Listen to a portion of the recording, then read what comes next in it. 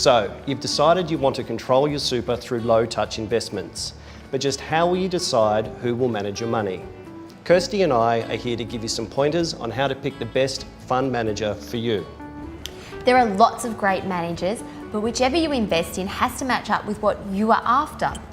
And at the end of the day, it can be a very personal decision considering this person is looking after your money. Before you even think about going on the hunt for a fund manager, you need to decide on exactly where you want to invest. Do you want to put your super into Australian shares, or do you want to look abroad? Do you want to invest in shares that generate an income, or is that less of a concern?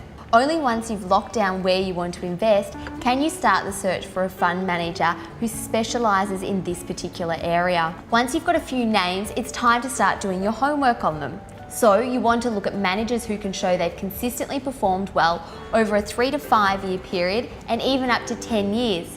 There's no point just looking at a single year. Any manager can have a good or bad year. Yeah, that's right. And you also want to see how they stack up against benchmarks like the ASX 200. If they consistently do better than, say, the benchmark for Australian shares, you know you're probably onto a good thing. And there are plenty of managers who have consistently done better than, say, the ASX 200 or the US-based S&P 500. You want proven performers. The next step is to dig a little deeper into the fund manager. You want to find out information like how long they've been in their current role and how long they've been a fund manager. It's also good to know who would manage the fund if the manager was to leave. That's another question you might want to consider. Most of this information is available on the fund manager website. The other key factor, and the one that most investors ask about, is fees. How much the fund manager charges for their expertise and their work. Whilst it's important to look at the level of fees, the more important thing is the performance or the return that you get after fees. So by all means, shop around so you know what you're up for, but consider the fees within the context of the bigger picture. Your after-fee performance is really what matters.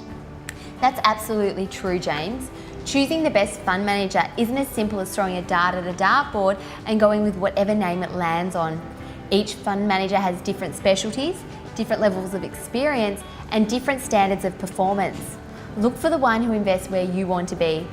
Don't just go with the first name you come across or just on a recommendation alone from a friend. Find a fund manager or two, do some research on them, and be absolutely confident that they are the right person to manage your money. Well, that's it from us, and we'll see you next time.